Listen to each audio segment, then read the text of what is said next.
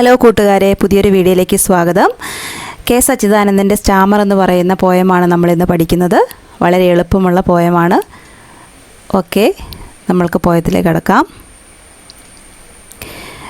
Starmer is no handicap. It's a mode of speech.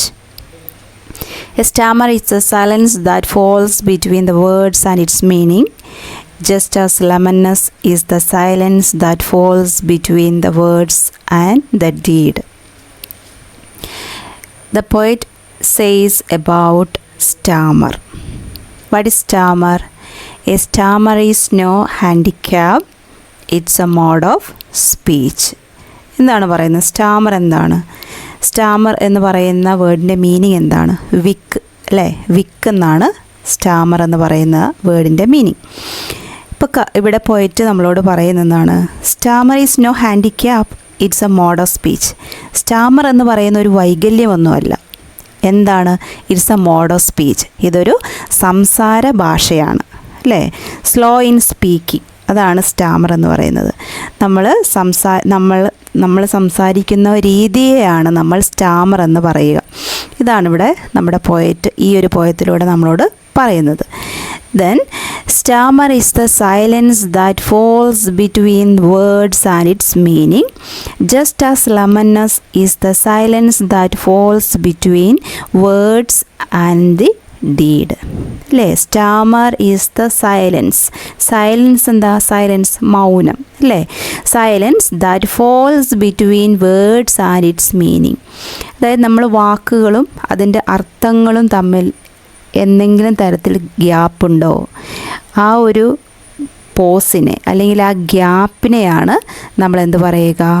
Stammer എന്ന് പറയുക. അതായത് വേർഡും അതിൻ്റെ മീനിങ്ങും അതിൻ്റെ അർത്ഥവും തമ്മിൽ എന്തെങ്കിലും ഒരു ഗ്യാപ്പോ അല്ലെങ്കിൽ ഒരു വിടവോ പോസോ ഉണ്ടെങ്കിൽ, ഒരു നിർത്തലൊക്കെ ഉണ്ടെങ്കിൽ അതിന് നമ്മൾ എന്താ പറയുക? സ്റ്റാമർ എന്നാണ് പറയുക. Stammer is the silence that falls between words and its meaning, just as lameness. Lameness എന്താ? ലെമനസ് എന്ന് പറഞ്ഞാൽ മുടന്താണ്. മുടന്തം എന്ന് പറയുന്നത് എന്താ? Is the silence that falls between words and the deed. അതായത് വാക്കുകൾക്കും പ്രവൃത്തികൾക്കും ഇടയിലുള്ള ഒരു ഗ്യാപ്പിനെയാണ് നമ്മൾ ലെമനസ് എന്ന് പറയുക. അപ്പം ഇവിടെ എന്താണ്? ഈ ഒരു രണ്ട് കാര്യങ്ങൾ നോക്കണം. What is stammer, what is ലെമനസ്.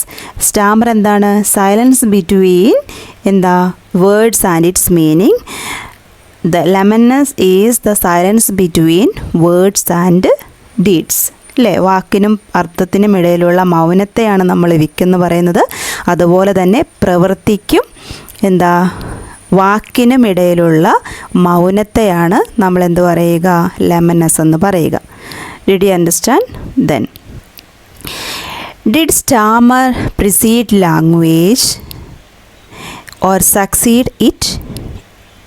Is it only a dialect or a language itself? These questions make the linguist stammer. ഇവിടെ നോക്കിക്കേ.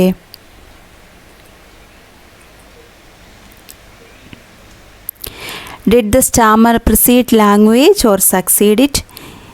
Is it only a dialect or a language itself? These questions make linguist stammer. അതായത് did Starmer, ഇതൊരു rhetorical questions ആണ്. Did Starmer precede language or succeed it? എന്താണ്?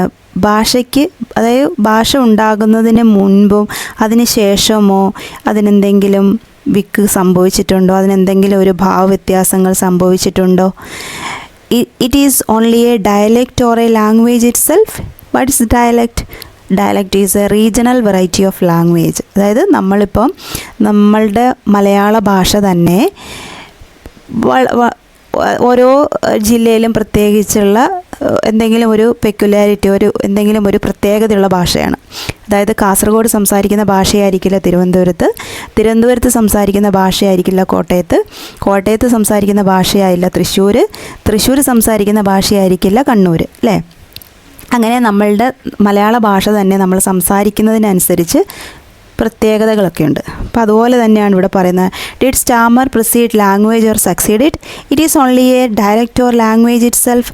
അല്ലേ, dialect എന്താ, അതായത് ഒരു റീജിയണൽ ആയിട്ടുള്ള ഏതെങ്കിലും ഒരു പ്രദേശത്ത് മാത്രം സംസാരിക്കുന്ന ഭാഷയാണോ, അതോ സ്വയം ഒരു ഭാഷയായി തീർന്നതാണോ എന്ന് കവി ചോദിക്കുകയാണ്.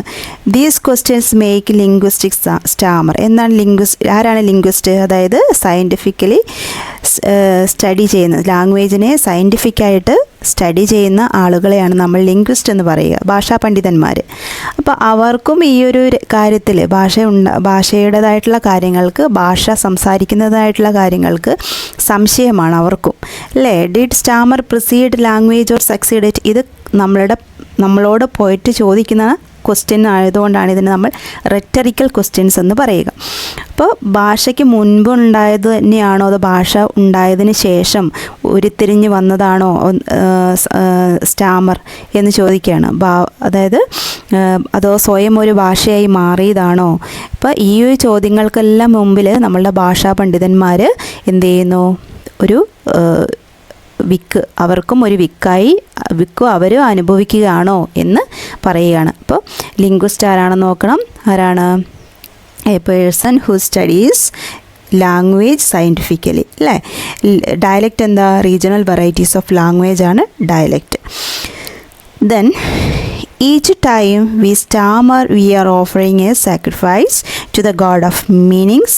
When all people stammer becomes their mother tongue, just as it is with us now. Each time we stammer, we are offering a sacrifice. എന്താണ് ഇവിടെ പറയുന്നത്? Through these lines, the poet tells us about divine sacrifice of stammering. Okay. The poet says that, according to poet, each time we stammer, we are offering a sacrifice to the god of meaning. അല്ലേ, ഓരോ പ്രാവശ്യവും നമ്മൾ വിൽക്കുമ്പോഴും അർത്ഥങ്ങളുടെ ദൈവത്തിന് നമ്മൾ ബലി കൊടുക്കുകയാണെന്നാണ് ഇതിൻ്റെ word by word ആയിട്ടുള്ള Malayalam meaning. When all people stammer becomes their mother tongue. എന്താ, ഒരു ജനത തന്നെ ഞാൻ നേരത്തെ പറഞ്ഞു, എന്താ നമ്മളുടെ മലയാളത്തിൻ്റെ സ്പെഷ്യാലിറ്റി, നമ്മൾ സംസാരിക്കുന്ന മലയാള ഭാഷ ഒന്നാണെങ്കിലും നമ്മൾ ഉപയോഗിക്കുന്ന സ്ലാങ് കാര്യങ്ങളെല്ലാം വ്യത്യസ്തമാണ്. അപ്പോൾ ഇവിടെ എന്താണ് പറയുന്നത്? വെന്നെ ഓൾ പീപ്പിൾ സ്റ്റാമർ, നമ്മളെല്ലാവരും തന്നെ സംസാരിച്ചുകൊണ്ടുള്ള ഒരു ഭാഷയാണ് നമ്മൾ ഉപയോഗിക്കുന്നതെങ്കിൽ അത് നമ്മളുടെ എന്തായി മാറും? മദർ ടങ്കായി മാറും.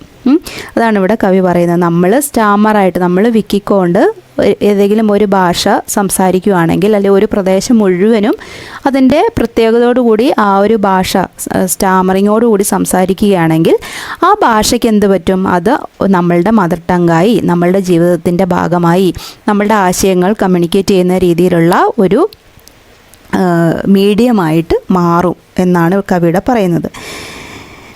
Then God too much have stammered when he created man. That is why all the words of man carry different meanings. That is why everything he utters, from his praise to his commands and stammers like poetry. God too must have stammered when he created man. ഇവിടെ ചോദിക്കുകയാണ്, മനുഷ്യനെ സൃഷ്ടിക്കുന്ന സമയത്ത് ദൈവത്തിന് എന്തെങ്കിലും ഒരു manufacturing defect വന്നതാണോ? That is why when all the words of man carry different meanings.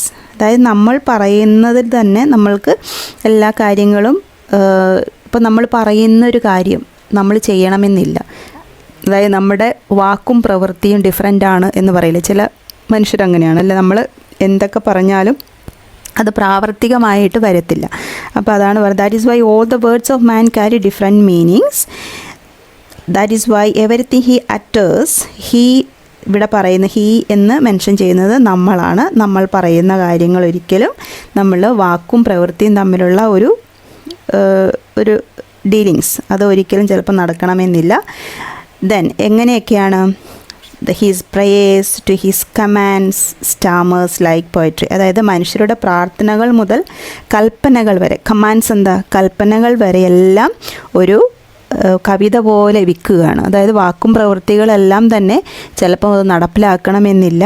അപ്പോൾ ഇവിടെ ദൈവത്തിനെ ഒരു ചെറുതായിട്ടൊന്ന് കളിയാക്കി പറയുകയാണ്. ദൈവത്തെ ഒരു മനുഷ്യനായിട്ട് ചിത്രീകരിക്കുന്നത് കൊണ്ടൊരു പെർസോണിഫിക്കേഷൻ എന്ന് പറയുന്ന ഫിഗർ ഓഫ് സ്പീച്ചാണ് അവിടെ ഉപയോഗിച്ചിരിക്കുന്നത്. അതുപോലെ തന്നെ like poetry, his prayers to his command stammers like poetry. അതായത് ഒരു കവിത പോലെ നമ്മളുടെ വാക്കും പ്രവൃത്തിയും അല്ലെങ്കിൽ നമ്മൾ ചെയ്യുന്ന നമ്മളുടെ പ്രാർത്ഥനകളും നമ്മളുടെ കൽപ്പനകളും എല്ലാം നമ്മളുടെ ആവശ്യങ്ങളും എല്ലാം പല സമയങ്ങളിലും നമ്മൾ വിൽക്കുന്ന പോലെയാണ്, സ്റ്റാമർ ചെയ്യുന്നതാണ്. എങ്ങനെ? ലൈക്ക് പോയിട്രി, ഒരു കവിത പോലെ. അപ്പോൾ ഇവിടെ ലൈക്ക് എന്ന് പറയുന്ന വേർഡ് ഉപയോഗിച്ചത് കൊണ്ട് അവിടെ സിമിലിയാണ് ഉപയോഗിക്കുക. അപ്പോൾ ഇത് ഒരു മനോഹരമായ കവിതയാണ്. നമ്മൾക്ക് ക്വസ്റ്റ്യൻ വളരെ എളുപ്പത്തിൽ അതിൻ്റെ ആൻസർ ചെയ്യാൻ പറ്റും. അപ്പോൾ ആ രീതിയിൽ നമ്മൾക്ക് കവിതയെ ഒന്ന് വായിച്ച് നോക്കണം. അതിനുശേഷം അതെന്താണ് അതിന് മെയിൻ പോയിൻ്റ് എന്നുള്ളതൊക്കെ നോക്കുക. ഡയലക്റ്റ് എന്താണെന്ന് നോക്കുക. റീജിയണൽ വെറൈറ്റീസ് ഓഫ് ലാംഗ്വേജ് ആണ്. ലിംഗ്വിസ്റ്റ് ആരാണ്? A man who studies language scientifically.